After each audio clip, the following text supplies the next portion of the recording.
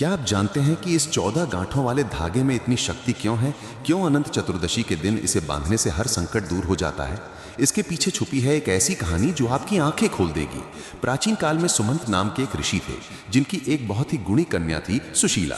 सुशीला का विवाह कौंडिन्य ऋषि से हुआ। एक दिन जब वे एक नदी किनारे से गुजर रहे थे, तो उन्होंने देखा कि कुछ स्त्रियां एक विशेष पूजा कर रही हैं। सुशीला ने उत्सुकता से पूछा कि आप सब ये किसकी पूजा कर रही हैं? तो स्त्रियों ने बताया कि ये भगवान अनंत यानी साक्षात विष्णु का व्रत है और इसे करने से सारे कष्ट मिट जाते हैं। सुशीला ने भी वही व्रत का संकल्प लिया और 14 गांठों वाला वो पवित्र धागा अपनी कलाई पर बांध लिया। उस धागे के प्रभाव से कौंडिन्य ऋषि के घर में सुख समृद्धि आ गई, लेकिन धन के साथ कौंडिन्य को अहंकार भी आ गया। एक दिन उन्होंने सुशीला के हाथ में वो धागा देखकर गुस्से में कहा, ये कैसा डोरा बांध रखा है? तुम्हें लगता है हमारी सफलता इस धागे की वजह से है? ये मेरी मेहनत का फल है।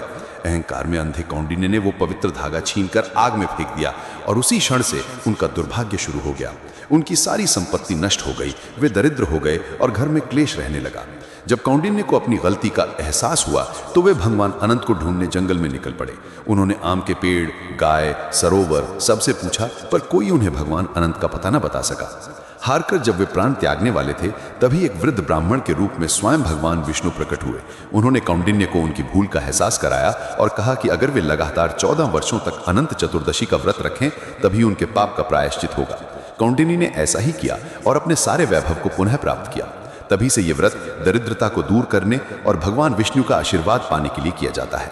ये 14 गांठें 14 लोकों का प्रतीक हैं, जिनकी रक्षा स्वयं भगवान अनंत करते हैं। अनंत भगवान आपकी सभी मनोकामनाएं पूरी करें।